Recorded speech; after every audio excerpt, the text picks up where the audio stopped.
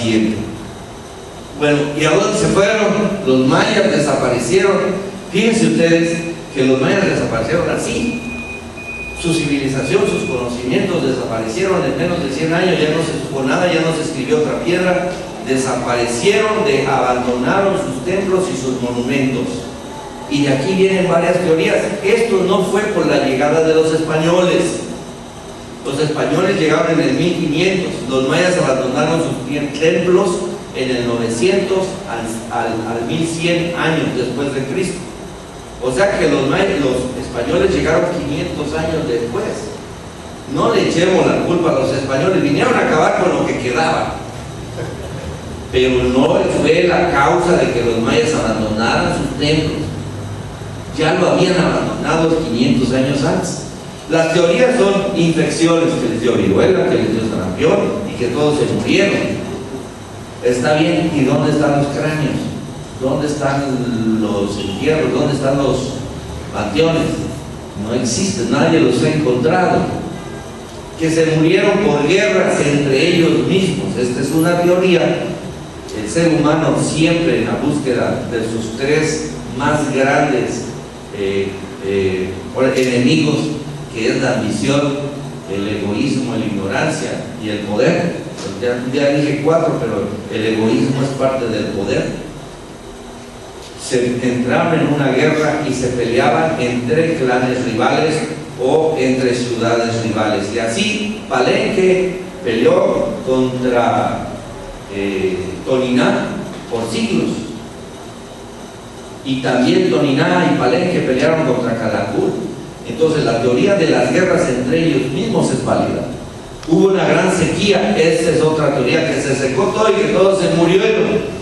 Es increíble porque nosotros sabemos que por donde todas las zonas que habitaron los mayas hay grandes ríos. Entonces no puede ser que por sequía se hayan muerto todos. Migración, esa es una teoría plausible científicamente, porque nosotros aquí en Chiapas y en Guatemala hay más de 20 millones de indígenas que son herencia o herederos de los mayas. Abandonaron sus templos y emigraron. El más, Chichén Itzá se formó por una emigración de los mayas. Bien. Un viaje dimensional, aquí vienen las teorías fantásticas, que sabiendo un poco de física dimensional, en la actualidad ya no es una teoría, ya es un hecho científico demostrable que existen 11 dimensiones del espacio. Al aceptar que existen otras dimensiones del espacio, existen cosas que no vemos, porque nuestros órganos de los sentidos solo vemos esta dimensión. Una mojarrita debajo del agua solo ve su dimensión y cree que solo eso existe. Así estamos nosotros vemos esto y creemos que solo esto existe. Pero física y matemáticamente, científicamente, desde 1994 es aceptado que existen 11 dimensiones. Eso que se viajaron a otra dimensión todavía cabe dentro de una posibilidad. Y allá en Chetumal o en Yucatán o allá en Quintana Roo se escucha que hubo una leyenda de que los mayas se agarraron y se metieron en el acantilado de Tulum. Todos marcharon y se metieron en el mar y desaparecieron. Es una leyenda, la leyenda lleva algo de verdad y algo de mentira. De tal manera que ahí está esa teoría. Y la otra es que vinieron los ovnis, se posaron y súbanse todos y se los llevaron así como en una micro, ¿verdad? Lo cual es muy difícil y es muy raro y yo creo que es una posibilidad que no es. Bueno, la siguiente. Voy a irme más rápido. Construyeron grandes construcciones cerca del elemento agua, porque para ello era vital. Ahí tenemos el cenote de San Bartolo, el cenote de Chincultín, los lagos de Colores, el cenote de Silichacún, allá en Yucatán, donde se bañaba la Reina Roja, en Palenque, la que sigue.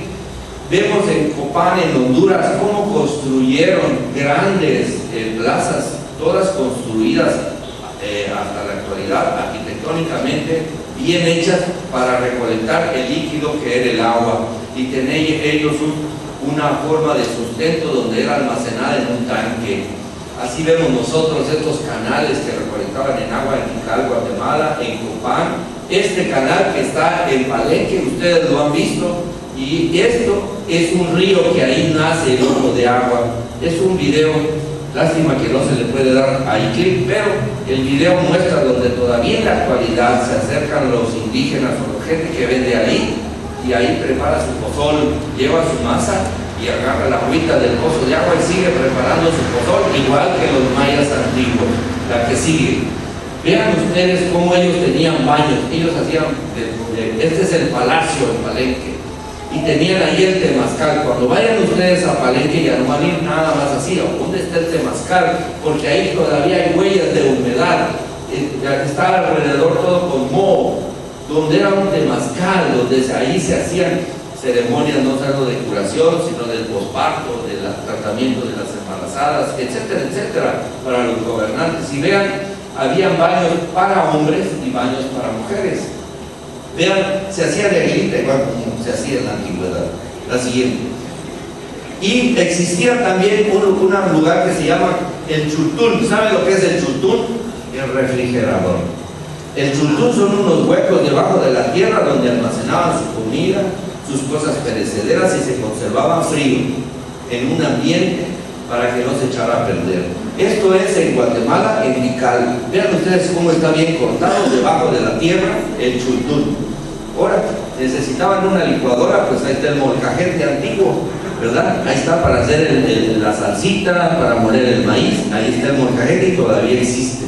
Todos eso lo tenían los mayas. La siguiente, vamos haciendo más rápido. ¿Y qué pasa? Ellos tenían 3 elementos para hacer sus números. Estaba la concha o el caracol, que significaba el cero. Para nosotros, cero a la izquierda no es nada, y el cero no significa nada. Para los mayas, el cero era como una concha que había contenido algo y que podía contenerlo todo. Nada más había que buscarlo.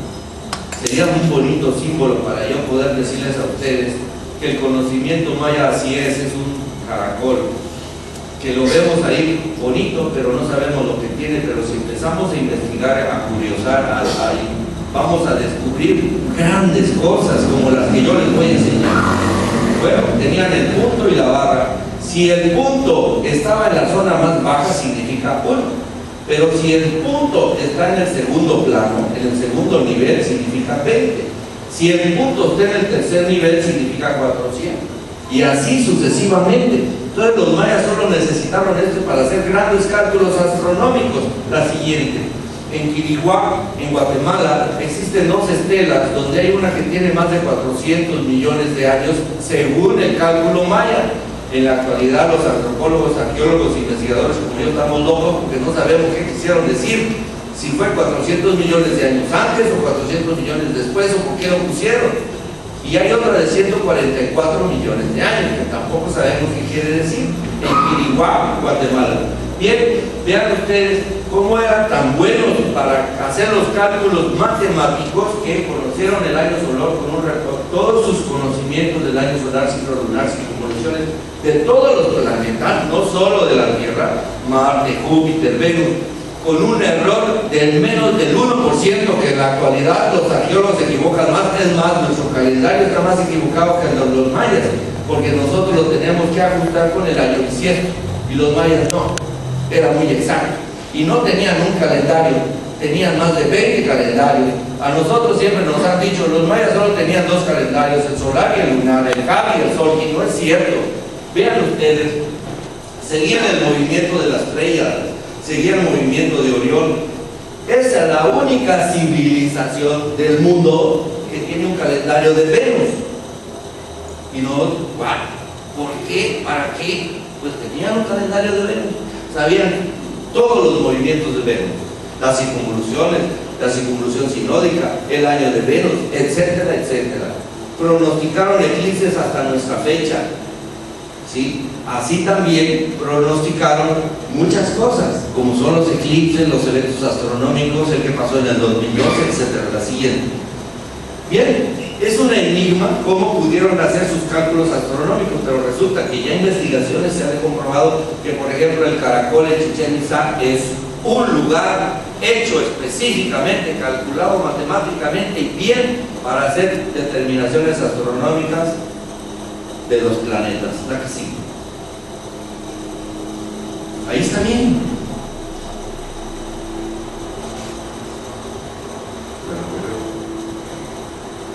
¿Le diste otro clic? No. Dale para Veamos ahora los alineamientos del observatorio de Chichén Itzá. Primero, veamos el sol a 30 días por segundo, a la misma hora, por la mañana. En el solsticio de invierno, el sol alcanza su máxima posición sur. Y en el solsticio de verano, el sol alcanza su máxima posición norte. Ahora, veamos la relación que existe entre el observatorio y los solsticios. Las esquinas opuestas de esta plataforma están alineadas con el solsticio de verano al amanecer. Y también con el solsticio de invierno al atardecer.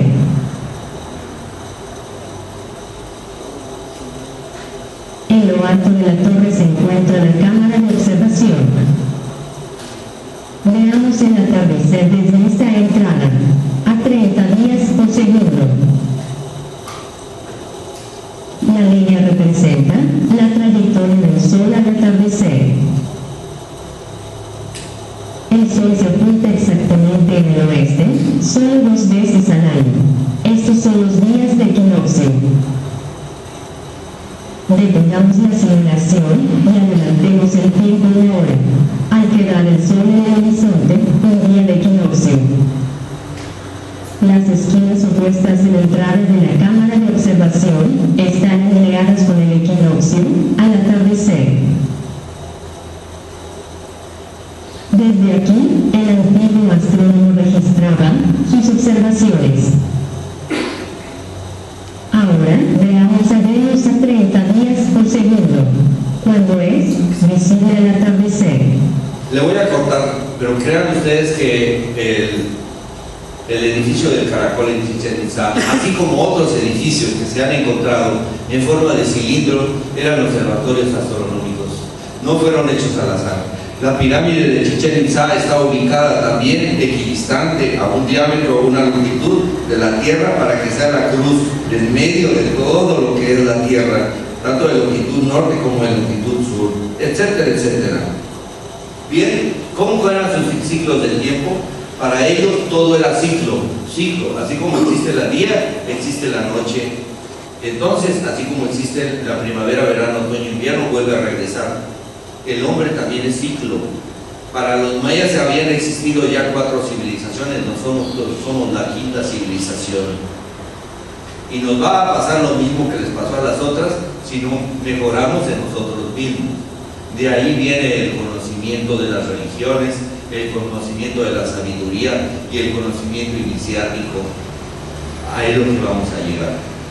Entonces conocieron el año solar. Miren ustedes, entonces va un kin, es un día, luego llega un quinal, que son 20 días, luego llega a 360 días, que es un tun, un año maya, luego sigue un katun, 20 años mayas, luego sigue un bactún, pero todos miren cíclicamente. ¿Y qué creen ustedes? Había un momento en que el Hab, que es con el Solkin, que es el calendario de la luna, de 28 días, se unían los dos juntos y formaban un calendario de 52 años, además del que ya tienen, la que sigue. De tal manera pues que los mayas fueron grandes conocimientos. Esta estela está en Toniná.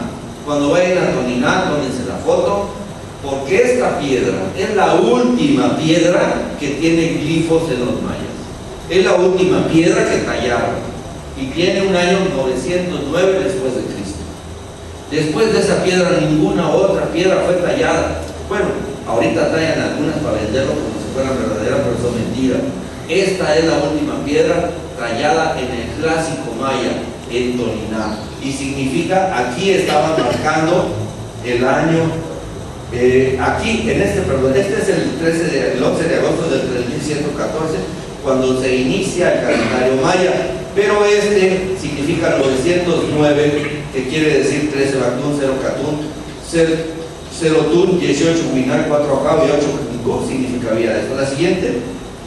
Bien, el calendario, los resúmenes. Tengo que dar resúmenes de todo, discúlpenme, pero tengo que irme rápido porque tenemos que dar la simbología masónica. Entonces tenemos nosotros varios calendarios. La que sigue está el Tzolk'in, está el Ja, está el calendario de Venus, está el calendario de los 52 días, está el calendario están otros como la cuenta larga, que es la que terminó el 21 de diciembre del 2012, terminó esa cuenta larga. Y volvimos a empezar un Kin. El 23 de diciembre del 2012 es un Kin. Y volvió a empezar la cuenta larga de los mayas.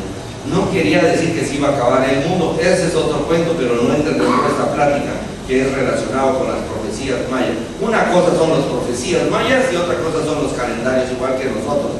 Una cosa es nuestro calendario y otra cosa son las profecías. No queramos decir que una cosa es con otra, no. Las profecías mayas existen y están en el libro de Chilam Balam. Se van a cumplir algún día, porque son iguales a las profecías de la Biblia, a las profecías de Nostradamus. Iguales, igualitas, se van a cumplir. No sabemos cuándo. Ningún profeta es tan tonto de decir tal día. La que sigue.